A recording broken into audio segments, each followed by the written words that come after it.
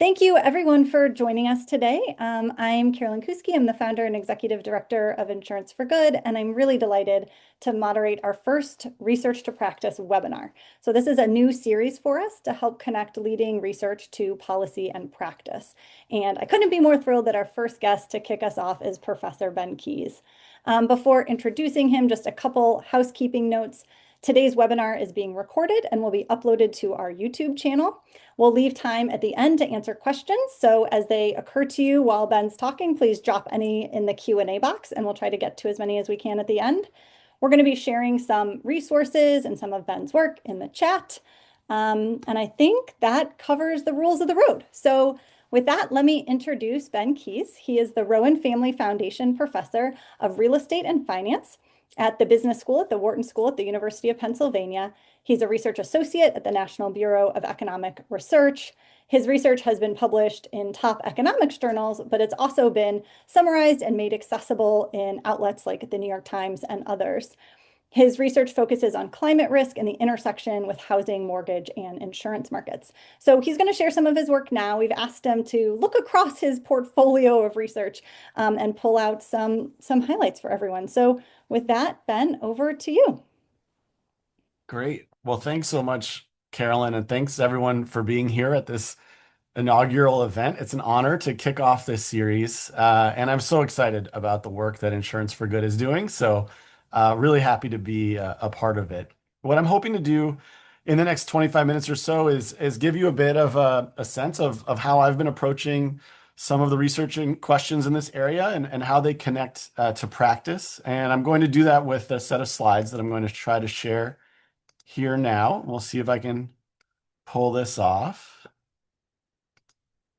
All right, my slides are hopefully being shared. Carolyn, can you jump back in and just confirm? Can you see Yeah, these? I can confirm them. So I think you're good. I think that's great. Okay, and you can see if I go forwards. Yep. All right, awesome. Have someone check on that instead of just talking into the void. I just want to make one very brief disclaimer at the outset, which is that all the views that I'm going to describe today are my own. They're not my institutions, my co-authors, or my co-authors' institutions. And let's see, now it's not letting me click. There we go. As Carolyn kind of laid out, a lot of my research in the last really 10 years has been thinking about how climate risks interacts with housing, mortgage, and insurance markets. And I come to this trained as an economist who's not starting from insurance necessarily, but arriving at insurance as such a critical piece of infrastructure in this broader housing and mortgage market. I think of the US housing market as being worth about $55 trillion, according to the latest Zillow report, about $14 trillion worth of mortgage debt out there. And I think of insurance as being a critical element in that ecosystem to make everything function, like critical infrastructure to make that system function. That said, rising threats around climate change have had significant consequences for housing and associated financial markets. So what I want to do is try to zoom out a bit from any individual paper and describe a bit about how I think through some of the challenges that we face, show some evidence on how climate risk is playing out. There's still a lot of unanswered research questions and how to translate those into policy. At the end, I'll do a little bit of speculating about where we go from here. And I'm still not sure how that dog made it to the other side of the puddle. So that's one of the unanswered questions that we'll have to leave hanging through this talk. The place to start is with our changing climate and understanding the consequences of rising temperatures on real physical assets. The figure on the right shows the rising temperatures since 1940, when we see a clear rising trend that emerges starting in the early to mid 80s and progressing more dramatically since then. I think the science has been pretty confidently established between rising CO2 and global warming since the early 1980s. We're seeing rising temperatures increasing the risk of insurable disasters. So that's wildfires, severe convective storms, so tornadoes, hail, hurricanes, flooding. Rising temperatures are also introducing a broader set of risks that I think of as being less easily insured. So sea level rise is a particular challenge that's leading to sunny day flooding and ultimately is going to inundate some of the coastlines of the US and around the world. And then higher, warmer temperatures are leading to high heat days throughout the year. Another challenge that my colleague Ji-Sung Park here at Penn is documenting the labor market effects on that, the education effects of high heat. And there's, not really an insurance contract that you can go and get for some of those issues. In connecting the changing climate to real estate, something that's anchored me on thinking about this is my own childhood experience visiting my grandmother's house in Sarasota, Florida. This is a map of Sarasota, and you can see Siesta Key Beach down there at the bottom, one of the nicest beaches you'll ever see. But Sarasota and Siesta Key in particular is extremely vulnerable to sea level rise in the next 30, 50, 100 years. And something that got me thinking about this question is what is going to happen to a community like Siesta Key Beach, Sarasota Beach there at the bottom, in the face of rising seas, of changing risk patterns? Are these properties going to be insurable? What is the value of those properties going to be, and who's going to be able to live there? So, kind of zooming out to first principles and thinking about how markets are going to incorporate new information about climate risk. Carol and I were talking about, with the ways in which we use ChatGPT, and I decided to drop a very wordy slide into ChatGPT and say, "Hey, could you make a graphic that kind of captures these themes?" And so this is what it spit out. On the left, I think it's pretty good. Liquid markets price first, and I think if you have that mantra in mind, you can get a sense of how different markets are going to incorporate risk signals to different degrees and at different speeds. And markets are going to adjust based on the liquidity of the market, the information available in the market, and then other potential regulatory frictions or other barriers. And so I think of, a market like the US mortgage market that's so heavily dominated by Fannie Mae and Freddie Mac, which has chosen to not price regional risk that's a very large regulatory friction when it comes to incorporating information about climate risk into mortgage pricing or mortgage availability. Whereas if you go further up this pyramid of sorts, you get to things like insurance and reinsurance. And there at the top of this pyramid, I think of those as the most liquid markets with the most short-term contracts, so annual contracts or even a 6-month contract with limited regulatory frictions, although that's going to vary from state to state and market to market, and that's going to lead to those markets repricing first. And so we're going to get the signals about a changing climate reflected in prices and decisions of those market players much more rapidly than in some of these other areas. And this is sometimes called the canary in the climate coal mine is, what's happening in insurance and reinsurance markets. And if you're interested in this, I wrote an op-ed in 2023 that had exactly that title to it, which is Your Homeowner's Insurance Bill is the Canary in the Climate Coal Mine, where I said that private insurers are sending a warning signal about heightened climate risks that homeowners and potential buyers need to receive. So rising temperatures are driving increased losses for insurers. And if we look at the figure on the left, insured losses are up by a factor of 4 in real terms since the early 2000s. We're seeing repeated instances of losses that are above $100 billion, insured losses above $100 billion in the US. That's been true, I believe, 5 of the last 6 years. And the frequency of billion-dollar disasters is up about 9-fold relative to the 1980s. In the 80s, we were averaging about 3 disasters a year that would create $1 billion worth of damage. We had 23 of those disasters last year and 27 in 2024. And so this is not just a function of the frequency and severity of the disaster, it's also a function of the number of people living in harm's way, the ways in which we've built up real estate in some of the riskiest areas, and rising costs of replacing those damaged properties when it comes to materials and labor. So we'd like to know how the insurance industry is reacting to this change in losses. How are they changing their pricing? How are they changing the availability of their policies? But that turns out to be quite challenging because there's no national entity that's regularly collecting detailed data on the cost or availability of homeowners insurance. So what instead we have is we have 51 state regulators plus DC that are regulating this markets, and the regulatory regimes are extremely uneven. The amount of data that they collect and then ultimately make public to policymakers, to researchers, and so on, you get a very limited view into sort of the choices that insurers are making in response to rising losses. And if you just are trying to get a sense of what's the ground truth, like how much does insurance cost in my area, if you Google that, you're going to get, 10 results from Google, and the top 10 results are all going to give you a different number. And that can be quite frustrating. That frustration led the Treasury's Federal Insurance Office and the U.S. Senate Banking Committee, the previous iteration, to pursue data collection efforts, so to collect data on the premiums, on the claims, on the frequency of non-renewals. And those two groups provided some new exciting data to bear on this question.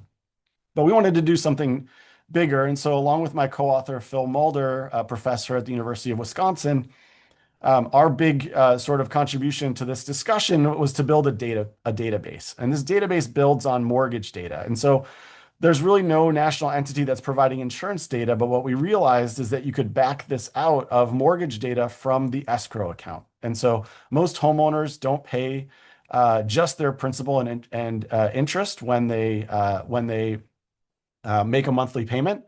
They're actually paying into an escrow account that includes taxes and insurance. And if you have enough detailed information about the principal and interest and the taxes, you can back out the residual, which is the insurance. And so this is just an example that we cherry picked from our data set that I chose from Sarasota, Florida, where you can see the cost of insurance rising over time as that principal and interest has been fixed. It's been the same mortgage on the property since 2015, and they're paying the same amount of principal and interest each and every year.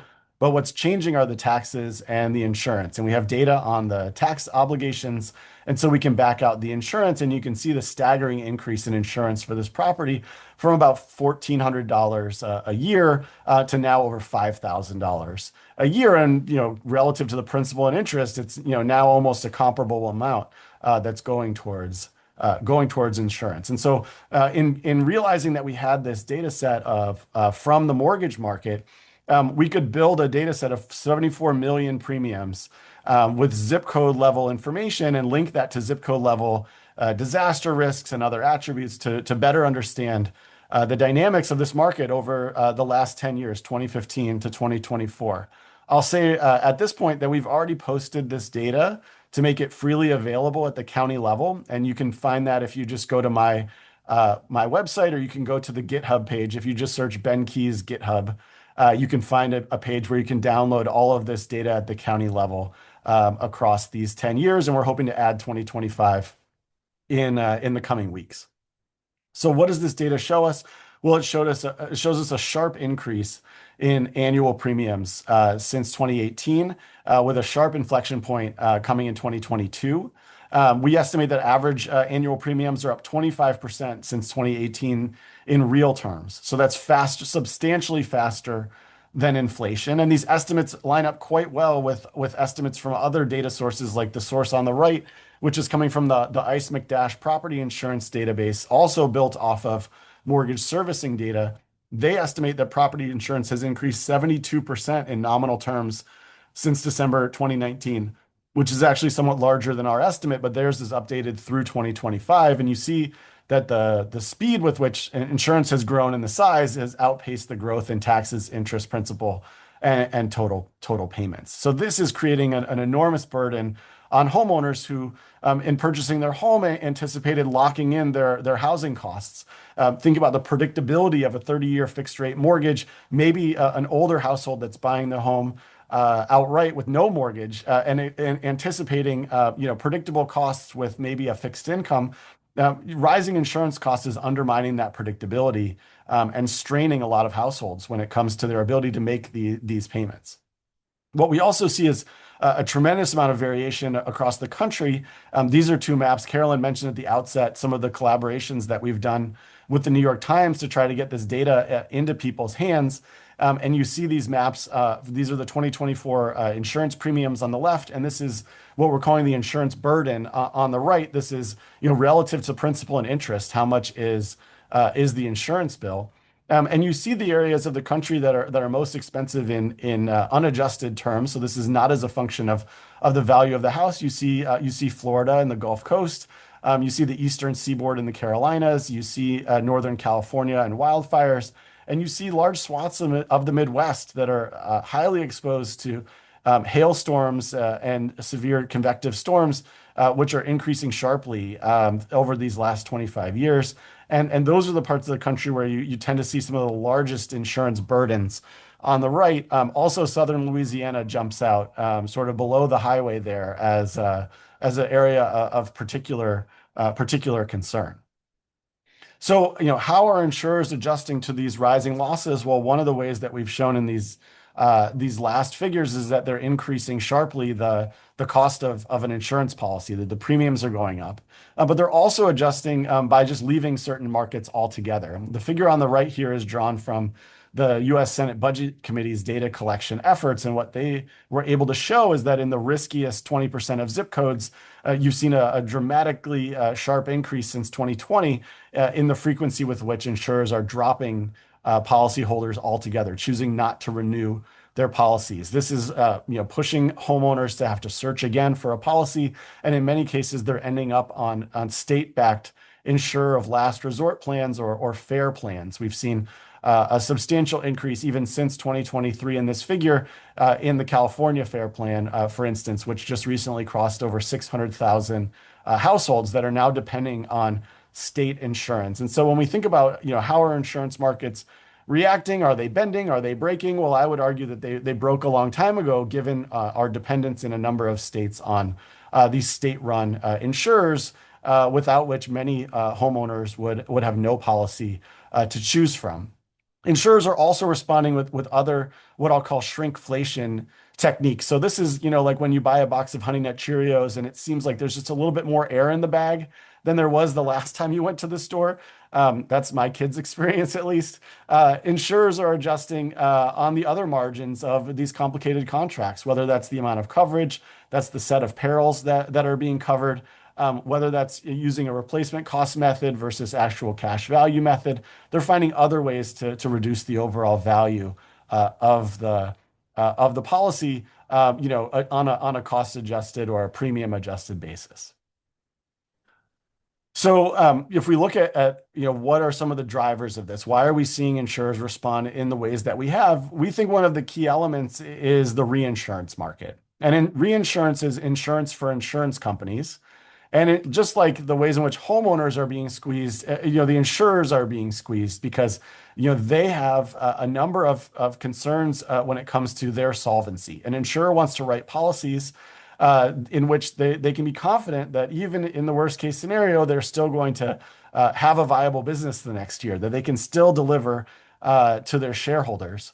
And what we've seen is an increase in the use and dependence on reinsurance to offload a portion of that tail risk into global capital markets. And the cost of that shifting of risk into global capital markets has increased sharply. So the figure on the right shows you the Guy Carpenter Reinsurance Price Index. There's not a lot of data available from the reinsurance industry, so we have to rely on some aggregated measures. But what you can see is a sharp increase between 2017 and 2024, where the cost of reinsurance essentially doubled. Now it's ticked down since this data point, but over this time period, we've seen a very sharp increase in this cost. And this is something that insurers then need to incorporate into their decision making. Either they're going to pass this along to their policyholders, to homeowners, or they're going to write different policies in different areas that might not trigger the same dependence on reinsurance by writing policies in areas where risks are less correlated. So why has reinsurance costs grown so much? Well, it's the same drivers that I mentioned before when it comes to the costs for insurers. Growing realized losses, especially wildfire losses and hurricane losses, rising costs of replacement through labor and materials, rising housing costs and inflation. But I think an important element that gets overlooked is a changing cost of capital. That we've gone from a world of zero short-term interest rates to a world where cost of capital increased by 200 to 300 basis points for many of these firms. And they have been trying to keep up in the last few years. Industry reports have talked about their inability to sort of hit cost of capital targets. And it was only through, sharply raising the cost of these reinsurance contracts, as you see on the right, that they were able to get to profitability again. One of the other stories that the reinsurance industry talks about is, what I'll call a risk epiphany, which is, increasingly spending tens of millions or hundreds of millions of dollars on better data and better, more sophisticated climate models, and basically viewing the world as a different and riskier place than it was even 10 or 15 years ago in the 2010s. So I'm going to skip just a couple of these slides and come back to this in our discussion because I want to be sure to leave time for your questions and to have more of a lively back and forth. But I think one of the interesting questions is, well, where do we go from here? What does this market look like in the next 10, 20, 30 years?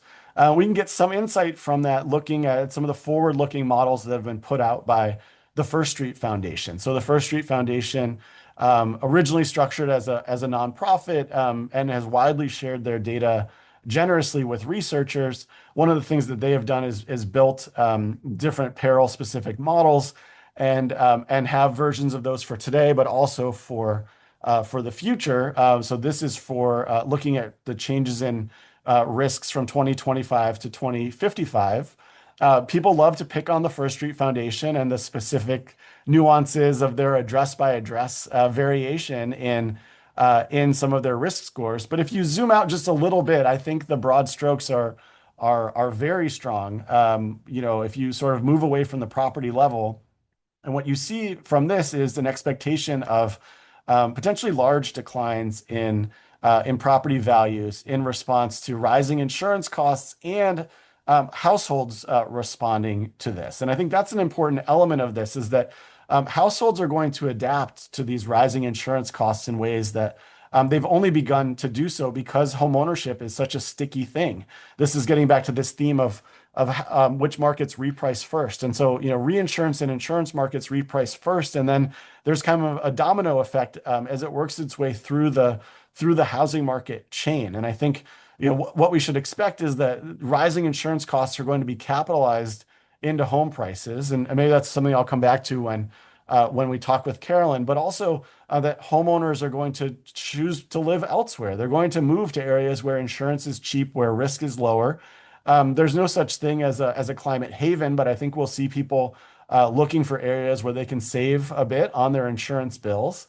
And so ultimately, the First Street Foundation estimates that we should expect about $1.5 trillion in net property value over the next 30 years. Now, where I started was, the housing market is worth $55 trillion. And so maybe 1.5 trillion doesn't seem like a big number in that context. But where I start from a lot of these questions is thinking about household financial decisions. And for most households, the house is their largest asset. The mortgage is their largest liability, and the most consequential financial decision that they'll make in their lives tends to be where they choose to live and what type of house they choose to buy. And so this is going to reshape decision making for households in large parts of the country. And I think we're only seeing the very beginning of this play out. So to try to wrap up roughly on time and turn this back over to Carolyn, so it's not just my monologue. I think we need to really understand the degree with which we've seen the insurance markets change in just a few short years as a strong, incredible signal about climate change and about where other associated markets that respond more slowly are going to be heading in the coming years. I think we need to be clear-eyed about these risks. For a lot of homeowners, they can afford another $1,000 a year towards insurance, and it's a pain, but it's not the end of the world. For other homeowners that are on a fixed income or other low-income homeowners, that might be the difference between getting insurance or putting food on the table. We're seeing more people drop their insurance policies entirely. We have to recognize that the climate is changing faster than ever before, but we also need to recognize that that's not an immediate doomsday scenario. And the statistic that I like to cite for this is if the glaciers were to fully melt, we'd have about 216 feet of sea level rise. And with the current forecasts over the next 100 years, we're kind of arguing about, well, is it going to be, 3 feet, 6 feet, 9 feet? That's not 216 feet of sea level rise. So we need to keep that in perspective. I think we need to find ways to do more to quantify and communicate risks to market participants. I don't think most homeowners fully understand the risks that they face, or which aspects of those risks are covered by their insurance policies. I think the sooner that people have better information that allows them to adjust at a lower cost way. I also think that there's a potential role for government intervention in this market when markets aren't producing the adaptation needed, because of the ways in which insurance underpins this enormous mortgage and housing market. The need for continuous and affordable coverage is so essential for the functioning of mortgage and housing markets that we might want to consider some government responses. And Carolyn and I will talk more about that. Ultimately, we need to find ways to reduce our risk, and that requires us decarbonizing the economy. It also requires us at the property level and at the community level investing in resilience and in hardening in cost-effective ways, making better choices about where we build and what we build. So I know that was a quick overview. I covered a ton of ground on a few different research papers, but I'm going to stop there. I'm going to stop sharing my screen, and I'm going to turn it over to Carolyn. Thanks. Thank you, Ben. That was great. And you've already teed up a bunch of questions, and I have my own for you too. So this is fantastic. I'm going to start with a quick, more detailed question on some of the results, and then we have a bunch of kind of bigger policy questions and conversations to have. So the first coming from Kelly, and it was a question I actually had for you as well, which is you talked about premiums rising in real terms. How are you correcting for inflation? And also thinking about the fact that there was a big shock with COVID in terms of inflation and supply chain and labor market disruptions, and how all that kind of plays into insurance pricing as well. Yeah, absolutely. And it's a nice reason to look at both the nominal terms and the real terms. So when we make our real adjustments, we're adjusting with the CPIU deflator, so sort of like a standard basket of goods that people are using, and that's kind of like the headline inflation number that usually gets thrown around. There's kind of like that one and the PCE as the two big inflation metrics. We went with the CPIU.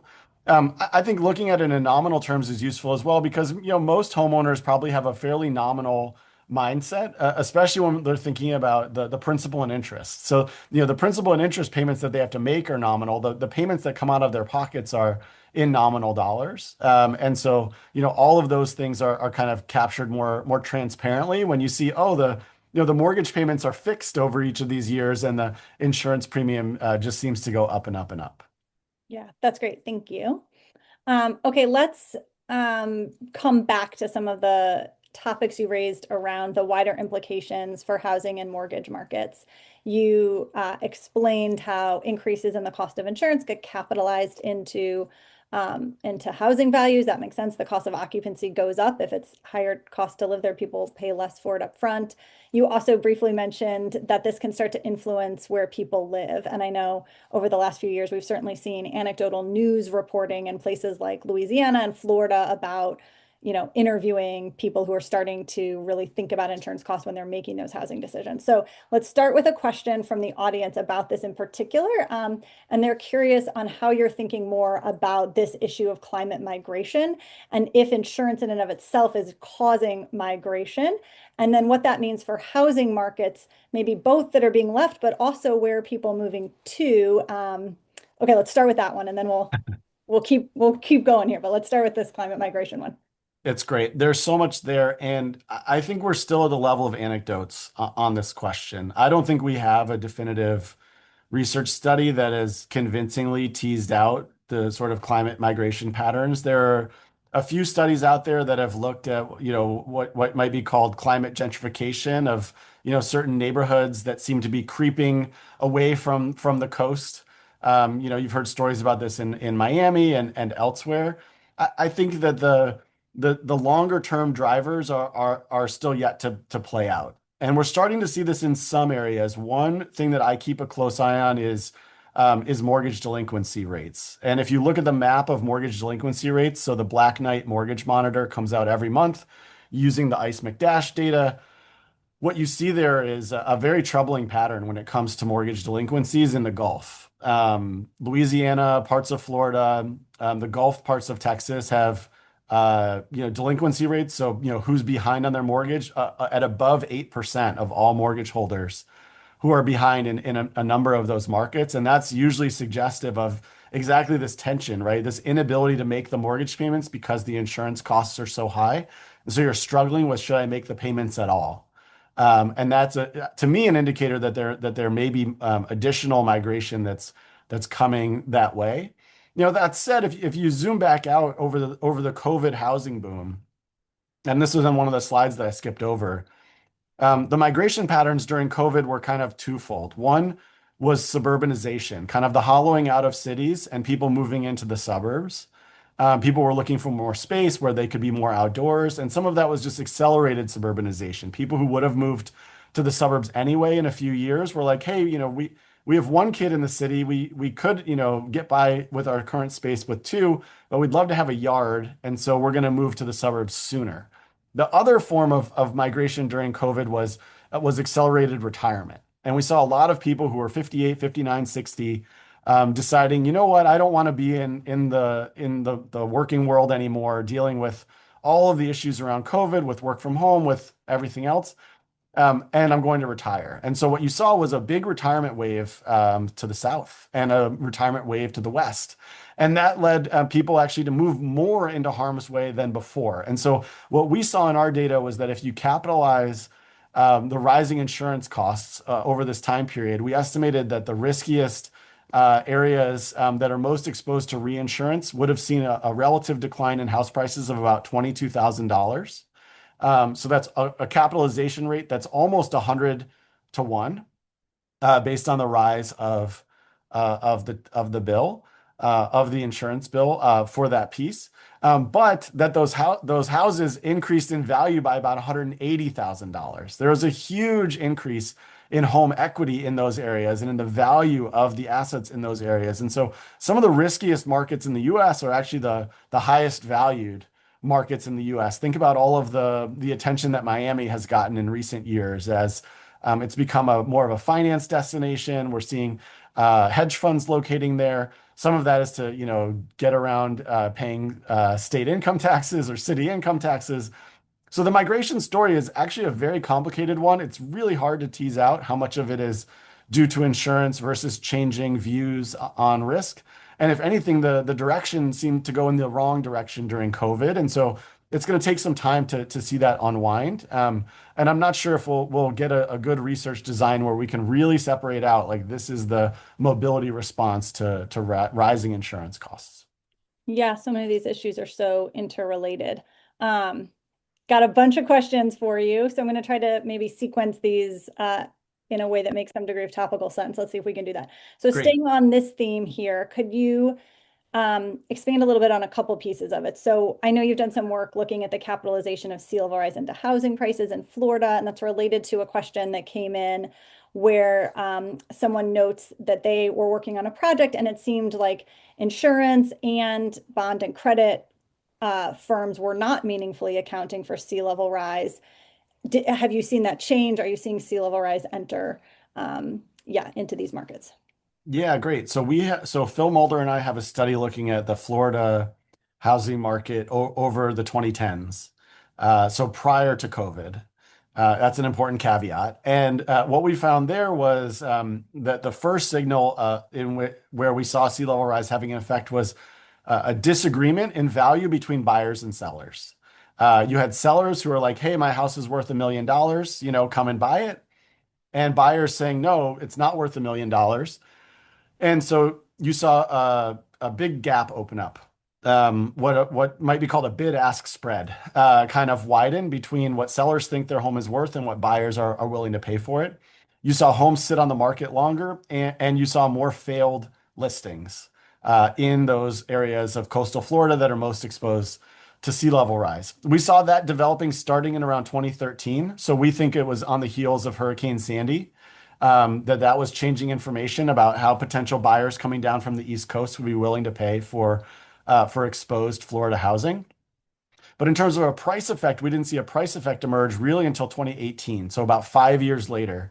And there we saw a price discount anywhere from sort of 3 to 7%, about 5% discount relative to areas that were more insulated from sea level rise. So slightly higher elevated, but still coastal Florida communities. So this is all to say that I think sea level rise is going to play out very gradually as it is a gradual phenomenon. I think it was a time period where it was especially salient because of these recent disasters. And we know from your work and others that that salience often fades. And so that might not be at the top of mind. And then I think, the COVID housing boom kind of swamped all of that. That there was just so much heightened demand for in many of these communities. And again, that was, partly work from home, partly this accelerated retirement demand. That I think we saw, those price signals related to sea level rise vanish. So we aren't really seeing that in the current data. It's something that we're looking to update, with some more years. Certainly, we're not seeing it priced very, actively in the mortgage market or in other markets. But I'll sort of stop there. No, that's great. Leads into the next one, which is we've all seen some discussions in media and elsewhere about some of these dynamics that take on a quite alarming tone, kind of concern that this could really be leading to contagion and financial crises of a much greater level. So the question is, do you think that these housing insurance issues could be the next big financial crisis? Yeah, I'm kind of skeptical of that line of thinking, mostly because I think that these markets do respond traditionally quite slowly. And so, I think we kind of have in our head this model of 2008 as the way that housing markets adjust. And there, what we had was a credit bubble with some, essentially exploding mortgages, right? We had these 228 mortgages with teaser rates that would then reset, and it sort of created this, baked in trigger for when we should expect to see these markets potentially turn. I think the way that housing markets usually adjust are much more gradually. And I kind of liken it to sort of like how Rust Belt cities responded as their manufacturing base was hollowed out. That we saw this sort of gradual process over time where, okay, this is not the place for me to find a job. I'm going to, the young people move away, they move elsewhere to find work, and then gradually other people move away. And so what you have over time is a depressed economy, and you have a housing market that follows along with it, maybe leads it to some extent. But I don't think that it's going to have the same kind of ripple effects that we saw in 2008 because of the way in which the risk is currently held. And if you think about where the risk is held in insurance companies and reinsurers.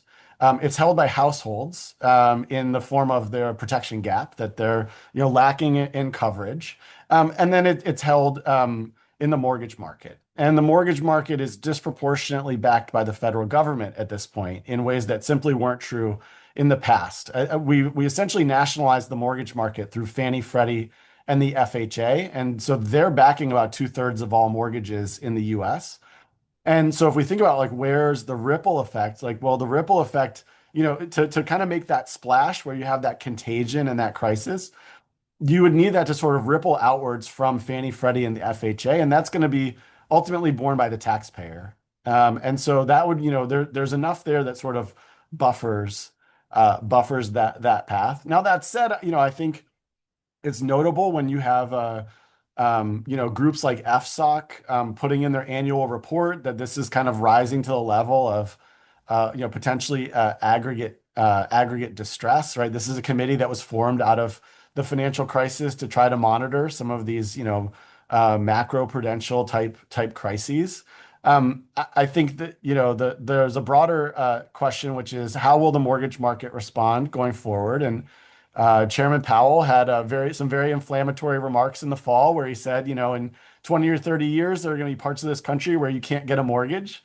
Well, that's simply not true if we have Fannie Mae, Freddie Mac, and the FHA continuing to operate in the forms in which they're operating. Now, you might not be able to get certain size mortgages that are above their limits, but I'm pretty skeptical of that claim. So I think the risks are more localized and could be extremely severe for some of those local parts of the country where exposure is high, where insurance is increasingly expensive and scarce. But in terms of the ripple effects to a sort of national financial crisis, I don't see it playing out in that way.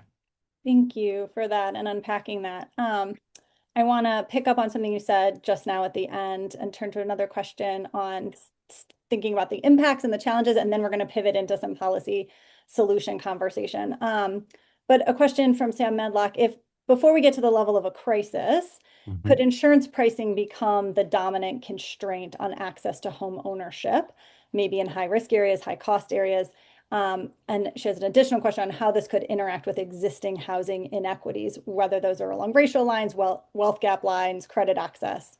Um, Great question. And this is what my recent research has been digging into actually. So I skipped a couple of slides thinking about this margin. So this kind of tees that up. I would say absolutely yes, that that insurance availability can become the critical pain point when it comes to mortgage access, and also the critical pain point when it comes to construction financing and developing new housing. So in the midst of an affordable housing crisis, there are a number of stories of developers who couldn't start their project because they couldn't find insurance to support the construction project. And so that's keeping housing units from being built. In terms of mortgage access, your insurance premiums enter into the debt to income ratio that's calculated. And it does look like in those areas where insurance has gone up the most, we're seeing more mortgage rejections due to DTI, uh, due to excessive debt to income limits. So the lenders basically won't allow you to put too much of your income towards your debt service and your ongoing costs of home ownership.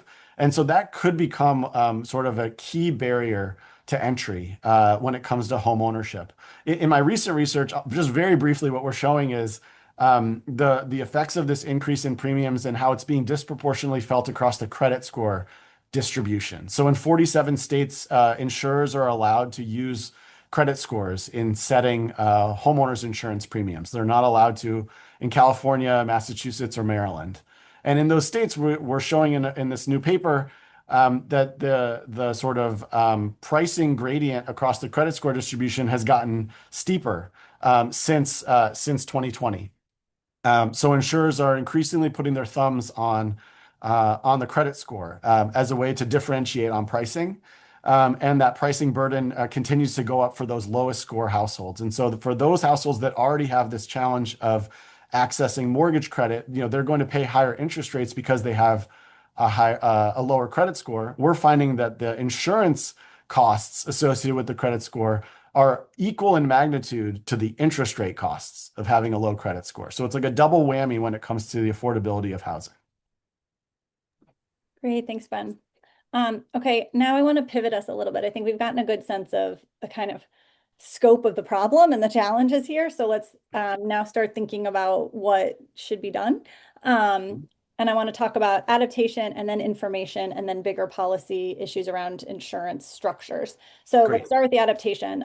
There was a question on just broadly, can climate adaptation help here? What's the role of risk reduction? And then another question in there was, do you have a perspective on who pays for the needed adaptation and economic incentives for insurers to maybe be supporting more adaptation? So let's start with this issue of risk reduction adaptation and what role it might play. Yeah, that's great. I mean, I think one of the tensions in this market is this disconnect in the timing of the commitments and the contracts. So reinsurance and insurance are extremely short-term contracts. These are annual or even shorter. Whereas a mortgage is a 30-year commitment, and a homeowner, who knows how long they might plan to stay in the house. They might plan to, bequeath the home to the next generation. I think there's a real tension there when we think about trying to write a contract that's going to sort of have the right incentives to mitigate and adapt for that property.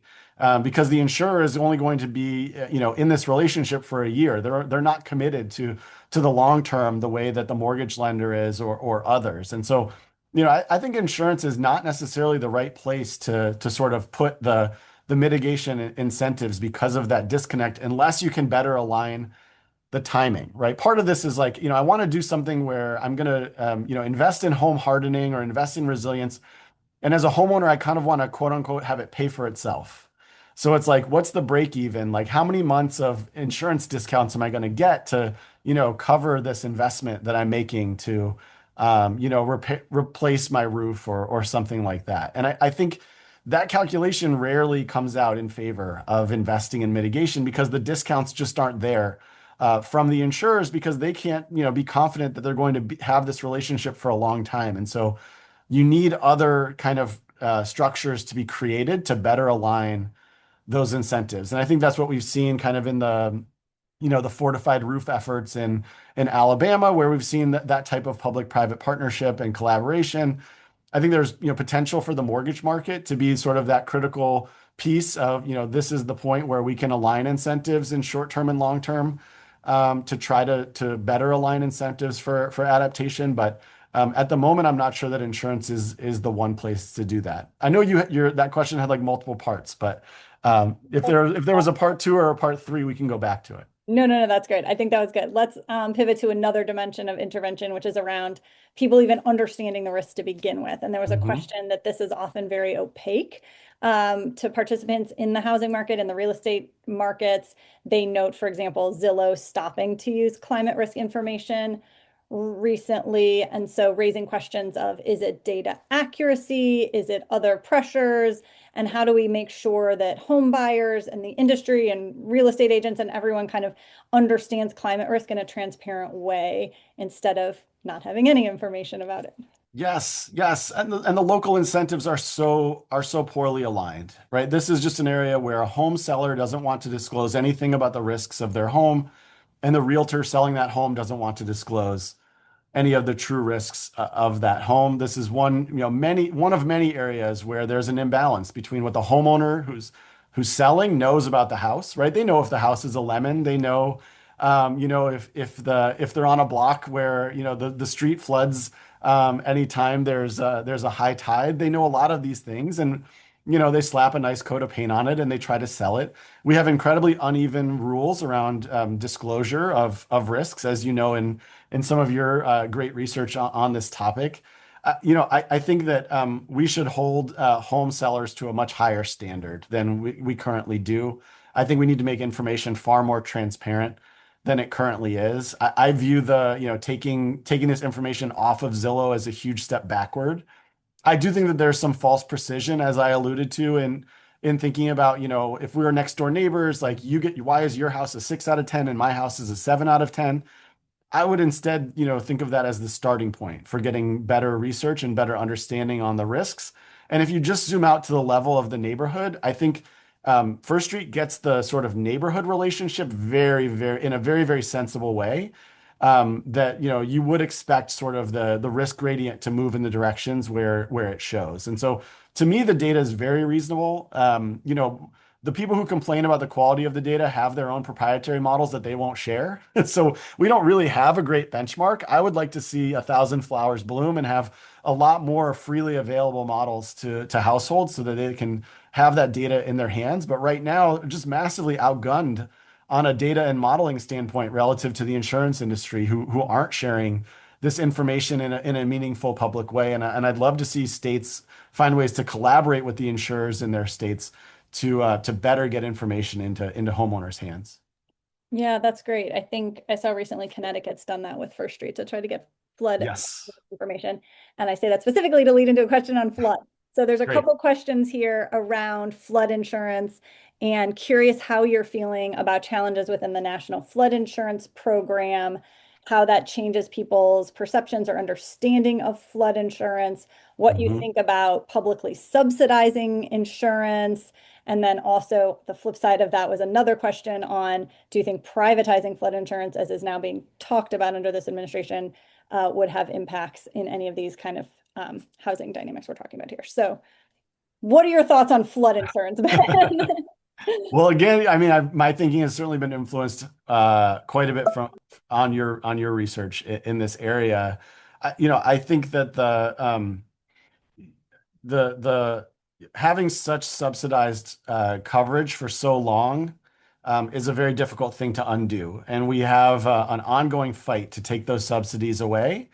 That's still working its way through in terms of, overturning some of the risk rating 2.0, reforms.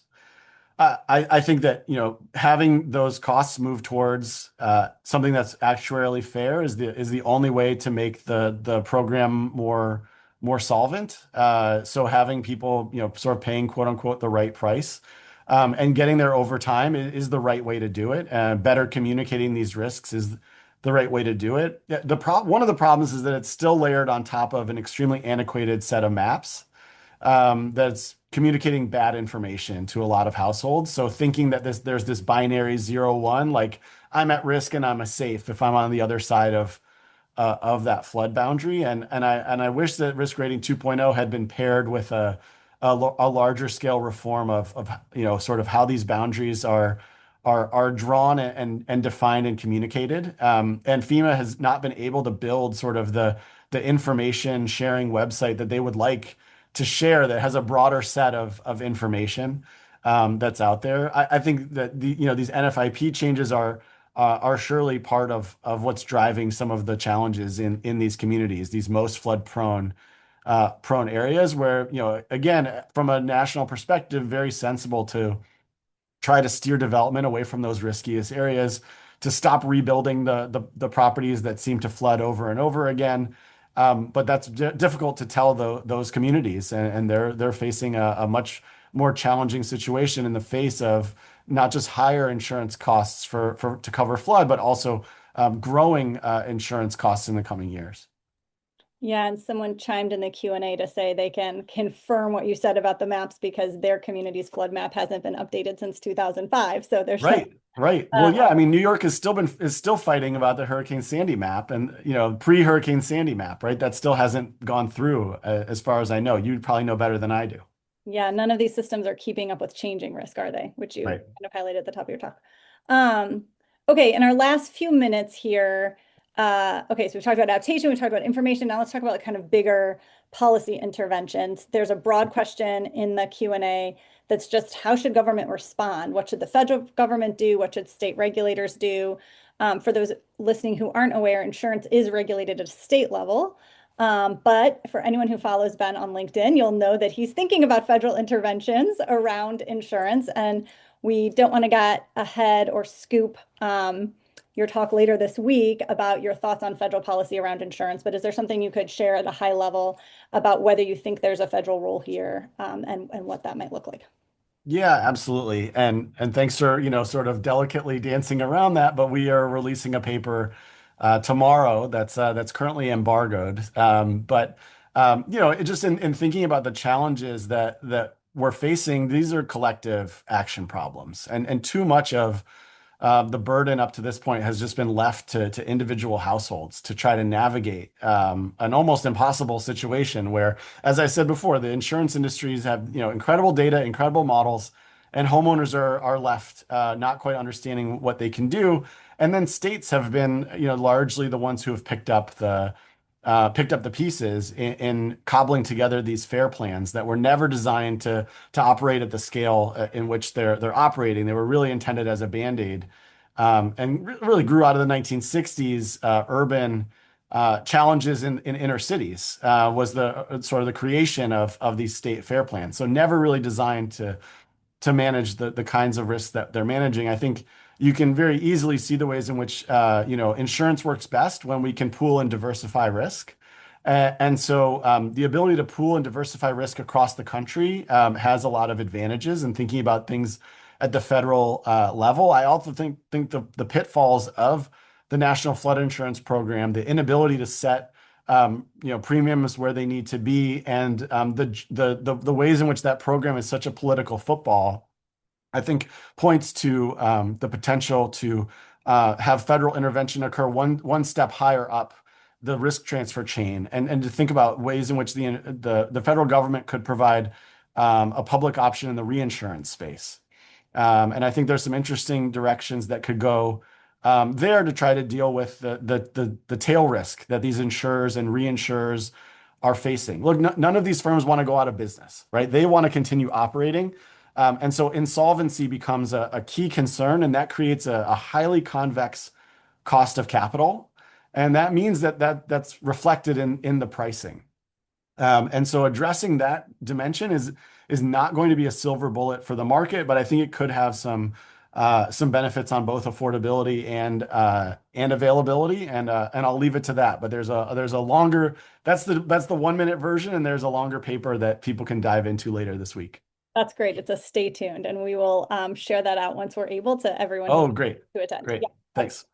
Um, okay, we have just a few minutes left. I'm going to give you three different questions that are all sort of more in the weeds on some of the research and data questions. Hmm. And then you have 3 minutes. So pick which ones to answer or how to answer them, okay? Okay.